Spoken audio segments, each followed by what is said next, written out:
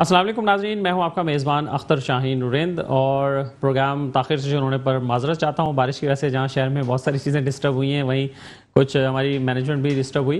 बहरहाल नाज़रीन, आपको एक अहम खबर ये हम बताते हैं कि महकमा सेहत सिंध में जहां वैसे ही करप्शन की आवाज़ें हर तरफ से आती रहती हैं और गाहे बगाहे इशूज़ रिपोर्ट होते रहते हैं कि महकमा सेहत सिंध के जो अफसरान हैं वो किस तरह से ख्वाब खरगोश के मज़े ले रहे हैं और उनके नाक के नीचे, उनके दफातर के अंदर कहाँ कहाँ करप्शन हो रही है, कहाँ कहाँ लोगों से पैसे बटोरे जा रहे हैं और क्या क्या चीज़ें होनी है, उस पर वो तवज्जो देने के लिए तैयार नहीं है। जब मीडिया कोई बात रिपोर्ट करता है, जब कोई चीज़ मीडिया के पास आती है, मीडिया पर चल जाती है, तो उसके बाद जाकर उन्हें होश आता है और वो भी सिर्फ कागजी कार्रवाई तक ही चीज़ें महदूद होती हैं। इंक्वायरी पर इंक्वायरी और इंक्वायरी कमेटी बन जाती है, लेकिन उसका नतीजा जो है वो बरामद नहीं होता और अगर इंक्वायरी कमेटी को सिफारिश कर भी दे तो भी उस पर कोई जो है ना वो एक्शन नहीं होता है। हम अभी बात करेंगे स्कूल ऑफ नर्सिंग लियारी की और स्कूल ऑफ नर्सिंग लियारी के अमले के हवाले से ये बात सामने आई है। एक नर्स ने ये इल्ज़ाम लगाया है कि वहाँ पर रिश्वतखोरी हो रही है और जो नर्स हैं जो अपने सर्टिफिकेट लेने के लिए वहाँ जाते हैं उनसे रिश्वत तलब की जा रही है और इस हवाले से जो मुतासर नर्स है उसने एक दरख्वास्त भी दे दी है सेक्रेटरी सेहत सिंध को और उनसे कार्रवाई का भी मुतालबा किया है। हमारे साथ इस वक्त लाइन पर मौजूद है मुतासरा नर्स राबिद शाह साहब। अस्सलाम वालेकुम शाह साहब। वालेकुम सलाम। राबिद शाह साहब, पहले तो अपना थोड़ा सा तारुफ बताइए। जी, मैं राबिद से बात कर रहा हूँ, खैबर पख्तूनख्वा से हूँ। तो जी मैं यहाँ पर कराची आया हुआ था, तो मेरा जो वेरिफिकेशन था फॉर्म का, हाँ। डेनमार्क के लिए मैंने अप्लाई किया हुआ था ये बताइएगा पहले वेरिफिकेशन के आपका लिए। बैच कौन सा था? बेस मेरा था जो 2007 से 9 तक था, मतलब 6 के सितंबर में हमारा एडमिशन हुआ था और 9 के सितंबर में खत्म हो गया था हमारा कोर्स जो था। फर्स्ट बैच था हमारा लियारी का और उस टाइम जो थी महमूद सुल्ताना थी जो हमारी प्रिंसिपल थी, बहुत अच्छी थी, बहुत कोऑपरेटिव थी और बहुत अच्छी तरीके से हमें वो लीड करती थी, लेके जाती थी। लेकिन यहाँ से जब हम यहाँ पे कोर्स कंप्लीट हो गया मेरा, तो उसके बाद फिर 2011 से 13 के दरमियान पे जब हम सर्टिफिकेट लेने आए थे, ये जो अभी मैडम आई है मैडम शबाना, तो इन्होंने हमसे डिमांड की है कि आप लोगों ने 1500 सर्टिफिकेट के देने की, जो मैडम इसकी कोई शबाना जो फीस है वो नहीं आप होती थी। प्रिंसिपल की बात कर रहे हैं, जो स्कूल ऑफ नर्सिंग जी की जी प्रिंसिपल बिल्कुल, है? अभी जो प्रिंसिपल है। जी, तो क्या कहा उन्होंने उन्होंने? फिर सर्टिफिकेट की भी फीस मांगी थी, जिसकी कोई लीगल फीस नहीं है। इन्होंने मांगे कि 1500 उन्होंने रुपए आपसे देना, खुद अगर नहीं मांगी दो। थी आपके सामने? उन्होंने खुद मांगी थी जी आपसे? बिल्कुल बिल्कुल, ऑफिस में आके 2011 से लेकर 13 के दरमियान में मैंने सर्टिफिकेट लिया था। तो उन्होंने मुझे ये कहा था कि आप फीस देंगे, आप 1500 रुपए देंगे तो आपको सर्टिफिकेट मिलेगा, वरना नहीं मिलेगा, जिसकी कोई फीस नहीं होती थी। ठीक है। फिर उसके बाद जब मैंने डेनमार्क इमिग्रेशन के लिए अप्लाई किया, तो उन्होंने एक फॉर्म मुझे भेजे कि आपने ये फॉर्म इंस्टीट्यूट से वेरीफाई करवाना है। और जब मैंने फॉर्म भेजा अपने रिलेटिव के थ्रू पे, तो मेरे रिलेटिव से इन्होंने पहले 30,000 की डिमांड की है। फिर उन्होंने मुझे कॉल की कि ये तो 30,000 रुपए मांग रहे हैं। मैंने कहा इसकी फॉर्म की कोई फीस नहीं होती, क्योंकि मैंने खैबर मेडिकल यूनिवर्सिटी से भी ये वेरीफाई करवाया, वहाँ पे कोई फीस नहीं है। North west institute of nursing, वहाँ से भी मैंने वेरीफाई करवाया, वहाँ भी उन्होंने कोई फीस नहीं ली। उन्होंने कहा कि किसी कोई फीस नहीं होती। जब मैंने कराची पे भेजा, तो उन्होंने मेरे रिलेटिव से 30,000 की डिमांड की। फिर मैंने इनसे कहा कि इसकी कोई फीस नहीं होती, आप जाके बात कर लो। फिर उन्होंने कहा कि 20,000 दे दो या फिर उसको कहो कि खुद आ जाओ। तो इन्होंने मुझे आने पे मजबूर किया, मेरा टाइम ज़ाया कर दिया, मेरा नुकसान कर दिया इन्होंने। कोविड में मेरी ड्यूटी है, वहाँ पे भी पेशेंट का नुकसान हो रहा है, क्योंकि वहाँ पे स्टाफ की डिफिशियंसी हो रही है। फिर जब मैं आया, तो इन्होंने मुझसे कहा कि आप 20,000 दे दो। मैंने कहा इसकी कोई फीस नहीं होती, आप किस बात की 20,000 ले रहे हैं? तो कहते नहीं, ये आपको देने पड़ेंगे, ये रिश्वत है। उन्होंने मुझे क्लियर बताया कि ये रिश्वत है। अच्छा, ये बात किसने की आपको? तो ये जो क्लर्क बैठा हुआ था, रियाज नाम है उसका, तो मैंने इनसे कहा मुझे मैडम से मिलने दो, तो ये मुझे मैडम से मिलने नहीं दे रहा था। फिर कहता मैं मैडम से जाके बात करता हूँ, आप मुझे फाइनल बता दो। मैंने कहा देखो मैं मजबूर हूँ, आप मुझे ये करके दे दो। मुझे कहता नहीं, इसके बगैर तो होगा नहीं। फिर मैंने कहा मेरे पास इतने गुंजाइश है कि मैं आपको 5 to 6,000 दे सकता हूँ, क्योंकि मेरे पास नहीं, मैं मजबूर था, मेरे पास 3-4 दिन थे। ठीक है, मैं ड्यूटी से आया हुआ हूँ। तो मुझे कहता नहीं, मैं जाके फिर मैडम से बात करता हूँ। फिर इसने मैडम से बात की जाके, फिर मेरे पास आया, मुझे कहते कि आप जो है बस 10,000 रुपए दे दो और 2-2 हजार मार्कशीट के दे दो, सॉरी ट्रांसक्रिप्ट के दे दो। फिर मैंने कर आके 13,000 पे हमारी बात होगी कि ठीक है 13,000 दे दो, आपका काम हो जाएगा। तो मैंने इनको फॉर्म दिया हुआ था 2 दिन पहले। जब मैं गया तीसरे दिन, इन्होंने फॉर्म को हाथ तक नहीं लगाया था। फॉर्म मैंने खुद फिल करा है और इन्होंने सिर्फ उसी टाइम साइन कर दिया जब मैंने इनको पैसे दिए, तब इन्होंने मुझे साइन करके दे दिए। और फिर उसके बाद मैंने ये इनके जो है कंप्लेन कर दी है आपको एप्लीकेशन शायद पहुंची है, तो ये बात है जी। अच्छा, तो ये आपने फिर इनकी कंप्लेन कर दी और 2 फॉर्म थे जो आपने साइन करवाए थे? जी बिल्कुल, एक मेरा दोस्त भी था इरशाद, ठीक है, और शाह साहब, उनका आप भी हम फॉर्म था। नाज़रीन को ये बता दें कि हम इस वक्त बात कर रहे हैं स्कूल ऑफ नर्सिंग लियारी की, जहां पर करप्शन के इल्ज़ामात सामने आ रहे हैं। और हमारे साथ मौजूद है मुतासरा नर्स, जो कि बता रहे हैं कि स्कूल ऑफ नर्सिंग लियारी में किस तरह से लोगों से, जो स्टूडेंट हैं उनसे पैसे बटोरे जा रहे हैं, जो फारिग तहसील नर्सेज हैं उनसे कैसे पैसे बटोरे जा रहे हैं मुख्तलिफ नामों से। और जब कोई फॉर्म साइन कराना हो, जब कोई सर्टिफिकेट लेना हो, तो उनसे किस तरह से पैसे लिए जा रहे हैं। तो राबिया शाह साहब, आपने दरख्वास्त दी है फिर सेक्रेटरी सेहत को? जी जी, मैंने दरखास्त भी दी, और बीच में मैंने जब इनसे स्लिप की डिमांड की तो मुझे क्लियरली यूनियन ने बताया कि यहाँ पे कोई आपको स्लिप नहीं मिलेगी, ये रिश्वत है और रिश्वत की कोई स्लिप नहीं होती। ये क्लियर इन्होंने मुझे बताया। मैंने स्लिप की डिमांड की कि मुझे कोई रिसिप्ट दे दो कि मैं अपने पास रखूं, तो मुझे रिसिप्ट नहीं दे रहे थे ये लोग। अच्छा सही, तो आपने प्रिंसिपल से फिर इस हवाले से कोई बात की, तो वो क्या कहती हैं? प्रिंसिपल मुझे मिलने नहीं दे रहे थे। ये प्रिंसिपल आके ऑफिस में इनसे बलोची में कुछ बातें की, फिर वापस चली गई।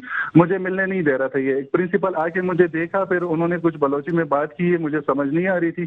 फिर वो वहां चली गई। फिर हमें बुलाया कि इनको सिर्फ बुला दे। फिर जब मैं इनके पास गया तो मुझसे सिर्फ इतना पूछा, आप क्या करते हो, क्या करने जा रहे हो? मैंने कहा इमिग्रेशन करवा रहा हूँ, बस ये सवाल पूछे। फिर मुझे कहते ठीक है आप जाओ। फिर इन्होंने मुझसे पैसे लिए और फॉर्म मुझे पकड़ा दिए। अच्छा राबिया शाह साहब, ये बताइए कि हमने प्रिंसिपल से मिस शबाना बलोच से बात की थी टेलीफोन पे प्रोग्राम से पहले। तो प्रोग्राम में आने से तो गुरेज कर रही थी, लेकिन वो ये कह रही थी कि राबिया शाह जो है ये मुझे ब्लैकमेल करना चाहते हैं और किसी स्टूडेंट का एडमिशन करवाना चाहते हैं और इसलिए मुझे ब्लैकमेल कर रहे हैं, और ये इल्जामात हैं सरासर। ऐसी कोई बात नहीं हुई। ऐसी कोई बात नहीं। अगर मैं एडमिशन करवाना चाहता तो कहती कि मैं 50 से ज्यादा वहाँ पे इंस्टीट्यूट है, तो मैं वहाँ क्यों नहीं करवाता कि यहाँ पे आके मैं अपने टाइम जाया कर दूँ। ये तो फजूल की बात है हो गई। अपने आप को बचाने के लिए इस तरह इल्जाम लगा रही है। मैंने कोई स्टूडेंट की डिमांड नहीं की, ना मैंने कोई एडमिशन की डिमांड की, और मेरे पास इतना टाइम नहीं है कि मैं किसी का एडमिशन करा दूं यहाँ पे आके, क्योंकि वहाँ पे ऑलरेडी कोविड चल रहा है और वहाँ पे मुझे छुट्टियां भी नहीं मिल रही थी। ये तो मजबूरन इन्होंने मुझे बुलाया यहाँ पे, मजबूर किया, मैं आ गया। वरना पेशावर से कौन आता है यहाँ पे? कौन इतना, किसी के पास इतना टाइम है और ना इतना किसी के पास पैसा है कि वो इसको फ्री में दे या तो राबिया शाह साहब, आपने जो एप्लीकेशन दी है कंप्लेन के लिए, तो फिर आप इसको फॉलो करेंगे जब आपसे रब्ता किया जाएगा या आपको बुलाया जाएगा? जी जी करेंगे आप। और आप अपनी बात पे स्टैंड करते हैं? अभी भी आपने हल्फ भी लिख के दिया है, एफिडेविट पे भी आपने ये इल्जामात लिख के दिए हैं? जी जी बिल्कुल, एफिडेविट पे भी लिख के दिए। अच्छा चलें, बहुत शुक्रिया आपका राबिया शाह साहब, आप टेलीफोन लाइन पर हमारे साथ मौजूद रहे हैं। और नाज़रीन, आपने गुफ्तगू सुनी राबिया शाह की, जो कि एक मुतासरा नर्स हैं, और हम स्कूल ऑफ नर्सिंग लियारी के प्रिंसिपल मिस शबाना बलोच से भी रब्ता करने की कोशिश कर रहे हैं। अगर वो टेलीफोन लाइन पर आ जाती हैं तो हम उनका भी मौक़िफ़ जानते हैं और आपको बताएंगे कि वो क्या कहती हैं। बहरहाल, जो राबिया शाह ने गुफ्तगू की है ये एक बहुत ही संगीन इल्ज़ाम है, और हो सकता है कि इस तरह के वाक़यात पहले भी होते रहूं, लेकिन जब कोई मुतासरा नर्स या कोई मुतासरा स्टूडेंट जब सामने आता है और वो जब इल्ज़ाम अपना सर लेता है और सामने आकर ये बात कहता है, तो फिर इस बात को झुटलाना और इस बात की तरदीद करना खासा मुश्किल लगता है कि ये शायद ये झूठ हो या ये शायद इल्ज़ाम हो। तो जो प्रिंसिपल हैं शबाना बलोच, उनसे मैंने बात की थी टेलीफोन पर प्रोग्राम से पहले। तो उनका ये कहना था कि नहीं, ये ऐसी कोई बात नहीं है और मुझे ये जो स्टूडेंट है ये ब्लैकमेल करने की कोशिश कर रहा है और ये ऐसी कोई बात नहीं है। तो प्रिंसिपल साहिबा जो है उनसे हमारा रब्ता नहीं हो पा रहा है, तो हम कोशिश करेंगे खैरुनिसा खान साहिबा से हमारा रब्ता हो जाए, जो कि असिस्टेंट डायरेक्टर हैं नर्सिंग सिंध की। अगर उनसे हमारा रब्ता हो जाता है तो हम उनसे पूछते हैं कि ये स्कूल्स में और नर्सिंग कॉलेजेस में क्या हो रहा है और यहाँ पर ऐसे सिलसिले क्यों हैं, और जो स्टूडेंट की शिकायत हैं उनका इजाला कौन करेगा, और उसके लिए स्टूडेंट जो हैं वो कहाँ रब्ता करें, कौन से दफ्तर में रब्ता करें। जैसे एक कंप्लेन राबिया शाह ने सेक्रेटरी सेहत को दे दी है, लेकिन इस पर एक्शन होने का इम्कान कितना है, और ये भी कंप्लेन क्या दूसरी फाइलों की तरह जाके दब जाएगी, किसी रैक में पड़ी रहेगी, और ये कंप्लेन खुद सेक्रेटरी साहब इसको देखेंगे या नहीं देखेंगे। और खैरुनिसा साहब हमारे साथ लाइन पे हैं, खैरुनिसा खान साहब, हम उनसे बात करते हैं। अस्सलाम वालेकुम खैरुनिसा साहब। जी वालेकुम अस्सलाम, कैसे हैं अख्तर आप? मैं बिल्कुल ठीक हूँ। खैरुनिसा साहब, हम बात कर रहे हैं स्कूल ऑफ नर्सिंग लियारी की, जहाँ पर एक नर्स ने इल्ज़ाम लगाया है राबिया शाह ने कि वहाँ पर उनसे सर्टिफिकेट के लिए 13,000 रुपये लिए गए हैं, और उन्होंने ये इल्ज़ाम लगाया डायरेक्टली कि वहाँ के जो प्रिंसिपल हैं शबाना बलोच साहिबा वो इसमें मुलव्वस हैं, और एक और जो अकाउंटेंट है वहाँ का क्लर्क है वो इसमें मुलव्वस है। आप तक ये शिकायत पहुँची? आपने देखा है इस बारे में कुछ? जी बिल्कुल, मेरे पास शिकायत भी आ गई है और इस केस की हमने इंक्वायरी भी कंडक्ट कर दी है। मेरी सेक्रेटरी साहब से भी इस पे बात हुई थी। इसको प्रॉपर एग्जामिन करके अगर जो भी फैक्ट है एक्चुअल वो हम लेकर आएंगे, क्योंकि जब मेरी मिस शबाना से बात हुई है तो वो कुछ और इश्यूज बता रही हैं, सही। और यहाँ से जो स्टूडेंट ने रिपोर्ट किया है उसने कुछ और रिपोर्ट किया है। जी। तो कभी कभी चीजें, क्योंकि बिफोर इंक्वायरी रिपोर्ट अगर मैं कोई बात करती हूँ तो ये अर्लियर हो जाएगा, सही। तो हम इस केस को पूरा एग्जामिन करके जो भी रिपोर्ट होगी, फैक्ट होगी, वो चेयरमैन बोर्ड सेक्रेटरी साहब को हम रिपोर्ट करेंगे और डेफिनेटली उस पर कार्रवाई होगी। चलिए, तो अच्छी बात है कि आप उस पर एक्शन ले रहे हैं और उस पर आपने इंक्वायरी एटलीस्ट चलें कंडक्ट कराना शुरू कर दी है, तो ये तो अच्छी बात है। और ये इस तरह की शिकायत जो है वो इससे पहले भी आती रही है क्या खैरुनिसा साहब? जी बिल्कुल होता है इस तरह के, पूरे सिंध में हमें लाड़काना से भी कई बार केस रिपोर्ट हुए हैं। अभी मेरे पास जैकबाबाद से भी इस तरह की इंक्वायरी आई हुई है। अच्छा। तो मैं वो भी कर रही हूँ, लियाकताबाद की भी एक इंक्वायरी थी हमारे पास। तो टाइम टू टाइम जो है इस तरह की चीजें आती हैं, और उसमें कभी कभी ऐसा भी इशू होता है कि चीज जेन्युइन होती है और वो रिपोर्ट हो जाती है, क्योंकि स्टूडेंट्स को जो है पूरी नॉलेज नहीं होती है। जिस तरह अभी एक इशू आया है कि हमारा जेनेरिक BSN स्टार्ट हुआ है, यूनिवर्सिटी की एफिलिएशन हो रही है। अभी एक लियारी का भी केस फीमेल का भी आया था हमारे पास, तो उसमें उनकी जो वेरिफिकेशन की फीस थी वो भी प्रिंसिपल ने ली है, एनरोलमेंट की फीस भी ली, PNC की प्री एनरोलमेंट की फीस भी ली।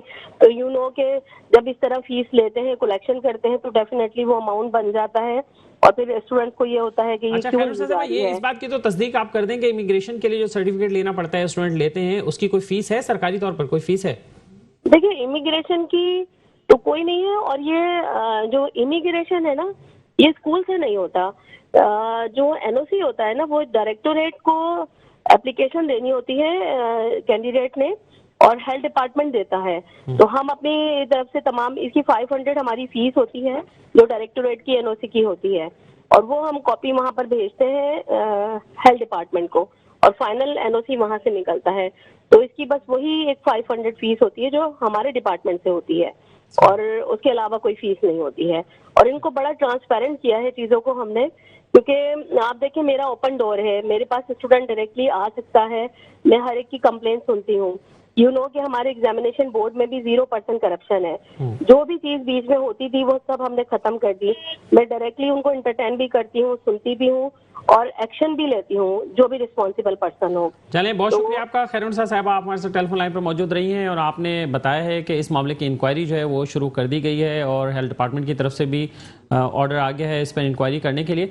और नाज़रीन, यहाँ हम लेते हैं एक मुख्तसर सा ब्रेक, और ब्रेक के बाद दोबारा हाजिर होते हैं और फिर आगे बात करते हैं। वेलकम बैक नाजरीन, और हम आपको एक और कहानी ऐसी ही बता रहे हैं महकमा सेहत की, सेहत के इदारों की, कि वहाँ किस तरह से अकरवा परवरी हो रही है, किस तरह से लोगों को नवाजा जा रहा है। और एक ऐसा केस सामने आया है कि हम देखें, वैसे तो नॉर्मली एडमिन साइड के लोगों की बात करते रहते हैं, लेकिन ये एक ऐसा यूनिक केस है या एक ऐसा इल्ज़ाम लगा है, शायद दूसरी बार लगा है, इससे 1 साल पहले भी लगा था, और अब भी ये एक इल्ज़ाम ऐसा लगा है NICH की इंतज़ामिया पर कि उन्होंने जो प्रोफेसर्स के बच्चे हैं उन्हें प्रायोरिटी दी है PGशिप के लिए। जो PGशिप का टेस्ट होता है उसमें उन प्रोफेसर्स को तरजीह दी है, उनके बच्चों को तरजीह दी है, उन सिफारिशों को तरजीह दी है जिनकी बड़ी बड़ी सिफारिशें थी, या उनका कोई और चक्कर था, या उनका कोई ताल्लुक था, और जो आम डॉक्टर हैं उनका हक मारा है उन्होंने। इस हवाले से हम बात करेंगे। हमारे साथ टेलीफोन लाइन पर मौजूद हैं डॉक्टर सैयद महबूब, जो कि जनरल सेक्रेटरी हैं यंग डॉक्टर एसोसिएशन सिंध के। अस्सलाम वालेकुम डॉक्टर साहब। डॉक्टर महबूब साहब, बताइए क्या मामला, क्या है, क्या मामला हुआ है? शुक्र शाहीन भाई, आपने हमेशा अपने हक की आवाज के लिए हमारा YDA का साथ दिया। हमारी कोशिश यही रहती है कि यंग डॉक्टर एसोसिएशन के इदारों में रेगुलेटरीज और पॉलिसीज की बात करें, क्योंकि ये जो इदारे हैं इसमें पहले ही करप्शन और फेवरिज्म और नेपोटिज्म की जो ग्राफ है वो बढ़ता जा रहा है। अगर दूसरा तरफ ये है कि अगर पोस्ट ग्रेजुएशन इंडक्शन के दौरान भी अगर ये नेपोटिज्म फेवरिज्म बढ़ा गया, तो हमारा जो अपकमिंग जनरेशन में है, जो हमारी माए बहनें हैं जो इदारों में काम कर रही हैं, उनको फेवरिज्म पे अगर लिया गया तो हमारी दूसरी जो जनरेशन तो बिल्कुल डिप्रेशन का शिकार हो जाएगी। हमारे कुछ दिन पहले जो NICH में पोस्ट ग्रेजुएशन इंडक्शन की टेस्ट हुई थी, जिसमें MCPs और FCPs की टेस्ट की ली जाती है, जो तमाम सिंध के जो तमाम टर्शरी केयर जो टीचिंग इंस्टीट्यूशन है, वहाँ जो यूनिवर्सिटी डिग्री प्रोग्राम और CPSP डिग्री प्रोग्राम्स में एक टेस्ट ली जाती है, जिसमें टेस्ट के थ्रू PGs को इंडक्ट किया जाता है, इदारों में काम करे, वो आगे चल के स्पेशलिस्ट बनते हैं। और ये जो इदारों में है दिन ब दिन ये केसेस जा रहे हैं। एक एनआईसी सिविल एक वाहिद इदारा था जहाँ प्योर मेरिट के थ्रू पीजी को लिया जाता है। जेपीएमसी हैदराबाद, नवाबशाह, सखर, लाड़काना, वहाँ तो वैसे ही नेपोटिज्म फेवरिज्म चलती है। मैंने एमपीएस के बच्चे लिए जाते हैं, ब्यूरोक्रेट्स के बच्चे आ जाते हैं, फोन के थ्रू लेकिन आईसीएच में भी लास्ट 6 मंथ पहले भी एक पीजीशिप की इंडक्शन की गई थी। हमने प्रीवियस जो हमारे एग्जीक्यूटिव डायरेक्टर हमारा साहब को भी हमने एप्लीकेशन दी थी, उस पर कोई अमल नहीं किया गया। दोबारा वही चीज हुई। हमारे जो नेक्स्ट डायरेक्टर जो प्रोफेसर नासिर साहब आए, उनको भी हमने इन्फॉर्म किया, हमारे पीजीएस कमेटी को भी हमने इन्फॉर्म किया कि तो इंडक्शन पॉलिसीज, जनरल पॉलिसीज के थ्रू कैंडिडेट की सिलेक्शन की जाए। तो उन्होंने हमारी बात नहीं मानी। कुछ ऐसे लोग अनासर जो इदारे में लाया गया है जिनके लिए वो वैकेंसियां भी बन जाती हैं, उनको पीजीशिप में भी टॉप दिया जाता है। ये इस चीज हमारा सवाल या निशान है। क्या ये इदारों में अगर ये वाकया हुआ क्या है, कैसे आप कह रहे हैं, किस बुनियाद पर आप ये बात कह सकते हैं? ये वाकया ये हुआ था कि जो एमसीएस पीजीशिप की जो टेस्ट हुई थी 6 जुलाई को, जिसमें ये हुआ था कि जो भी पीजीशिप जो पीडियाट्रिशियन की जो पीजीशिप होती है 2 साल प्रोग्राम होता है, ये 3 साल टीचिंग इंस्टीट्यूट से हाउस जॉब सर्टिफिकेट लेना लाजमी होता है। एक वो कैंडिडेट था जिसके बाद 3 मंथ्स टीचिंग इंस्टीट्यूट का एक हाउस जॉब सर्टिफिकेट था। जस्ट एक्सपीरियंस पे इसको लिया गया। अगर एक्सपीरियंस पे आप लोगों को ले रहे हैं तो जो दूसरे लोग थे तो बेचारे जो 15 से 20 कैंडिडेट थे जिनके पास एक्सपीरियंस होते भी उनको एक नाअहल करार दिया गया, उनको टेस्ट में नहीं बैठना दिया। एक कैंडिडेट को जिसके पास एक्सपीरियंस है, जिसको भी एक्सपीरियंस इन्होंने खुद दिया गया है, इन्होंने खुद उसको एनआईसीएच में रखा है। 3-4 महीने डब्ल्यूएमओ की सीट पे उन्होंने एक्सपीरियंस दिया है। उनके पास कोई सर्टिफिकेट नहीं है हाउस जॉब का, जिन्होंने कोई ना कॉल की ना ड्यूटियां की हैं 24 आवर।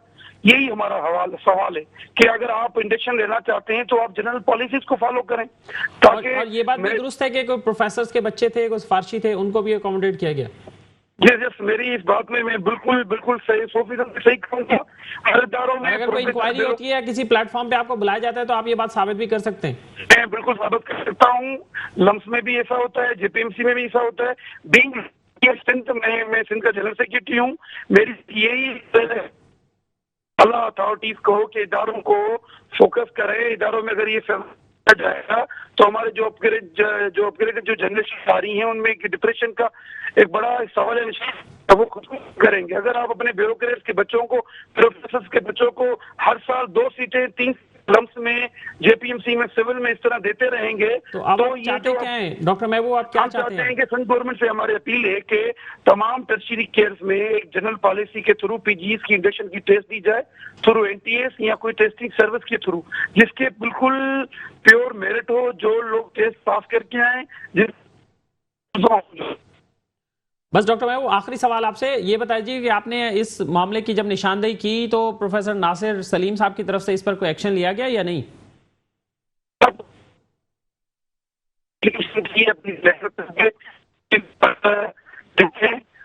रिव्यू करें टाइम दिया था, अगर उन्होंने कोई जवाब नहीं आया, उन्होंने ना कोई इंक्वायरी बिठाई है, ना कोई पीजी कमेटी से कोई सवाल जवाब किए।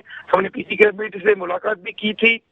अभी यही खर्चा है कि हम डायरेक्टर से बात करेंगे। अगर इसमें पीछे नासिर शामिल हैं तो उसको मद्देनजर रखे हुए इस कैंडिडेट को हम नाअहल करार करेंगे। ठीक है डॉक्टर महबूब, बहुत शुक्रिया आपका, आपने गुफ्तगू की हमसे इस मौजू पर। और एनआईसीएच के जो एग्जीक्यूटिव डायरेक्टर हैं प्रोफेसर नासिर सलीम साहब, उनसे हम रब्ता करने की कोशिश कर रहे हैं। अगर वो हमें अवेलेबल हो जाते हैं अपने नंबर पर तो हम उनका भी मौक़िफ़ जानकर आपको बताते हैं। लेकिन अजय, ये देखें कितनी बदकिस्मती की बात है कि सिंध में जहाँ एक तरफ कोविड के टाइम पर बहुत अच्छा काम हुआ और वज़ीर आला सिंध उसमें खुद इन्वॉल्व रहे, चीज़ें नहीं, लेकिन ये क्या वजह है कि जो मैनेजरियल चीज़ें हैं, जो करप्शन है, जो अकरवा परवरी है, जहाँ फेवरेटिज्म दी जा रही है, वो अभी तक क्यों नहीं रोक पा रहा सिलसिला?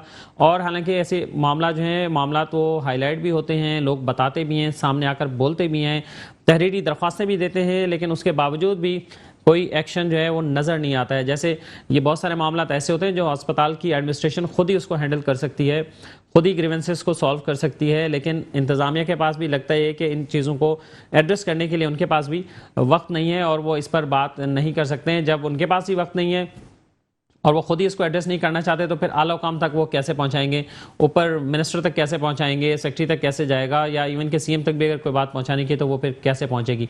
लेकिन इसका ये इम्पैक्ट तो लाजमी तौर पर आ ही रहा है कि जो आम डॉक्टर हैं, जिनके पास सिफारिश नहीं है, जिनके पास पैसा नहीं है, जो किसी MP MNA के बच्चे नहीं हैं, जो किसी ब्यूरोक्रेट के बच्चे नहीं हैं, तो क्या उनका हक नहीं है कि वो मेरिट पर वो जाकर तरक्की करें, उन्हें मेरिट पर अपॉर्चुनिटी मिलनी चाहिए? क्या ये उनका हक नहीं है?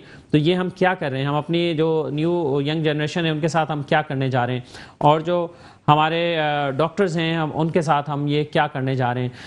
प्रोफेसर नासिर सलीम साहब से रब्ता करने की कोशिश की गई है और उन्होंने बात करने से मना कर दिया है, उन्होंने इनकार कर दिया है इस मौजू पर बात करने से।